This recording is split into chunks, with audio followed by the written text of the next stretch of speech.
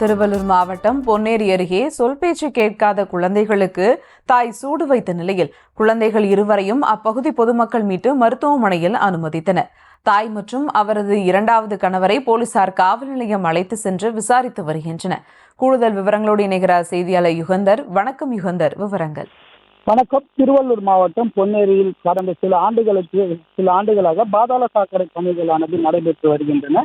இந்த பணிகளுக்காக பல்வேறு ஊர்களிலிருந்து தொழிலாளர்கள் தங்கி வேலை செய்து வருகின்றனர். இங்கு வசித்து வரும் குழந்தைகள் இவரது கைகளில் காயம் இருப்பதைக் கண்டு அப்பகுதி மக்கள் அதிர்ச்சி அடைந்தனர். அப்போது கணவரை பிரிந்து வாழும் ஒருவருடன் இளம்பெண் வசித்து வருவதாகவும் குழந்தை சூடு வைத்தது தெரிய வந்துள்ளது. இதனை அடுத்து அதிர்ச்சி அடைந்த பொதுமக்கள் காவல்துறையினருக்கு தகவல் தெரிவிக்கப்பட்ட நிலையில் குழந்தைகளை பொன்னேரி அரசு மருத்துவமனையில் சிகிச்சைக்காக சேர்த்து வைத்துள்ளனர். இங்கு அக்குழந்தைகள் சிகிச்சை அளிக்கப்பட்டு வரும் நிலையில் பொன்னேரி காவல்துறையினர் விசாரணை நடத்தி வருகின்றனர். இதில் கள்ளக்குறிச்சியைச் சேர்ந்த 18 வயது இளம்பெண் சத்யா என்பதும் இவருக்கு கடந்த சில ஆண்டுகளுக்கு முன்பு சிவா என்பவருடன் திருமணம் நடைபெற்றதாகவும் அவருக்கு 5 வயதில் பெண் குழந்தையும் 3 வயதில் ஆண் குழந்தையும் இருப்பதும் தெரிய வந்துள்ளது.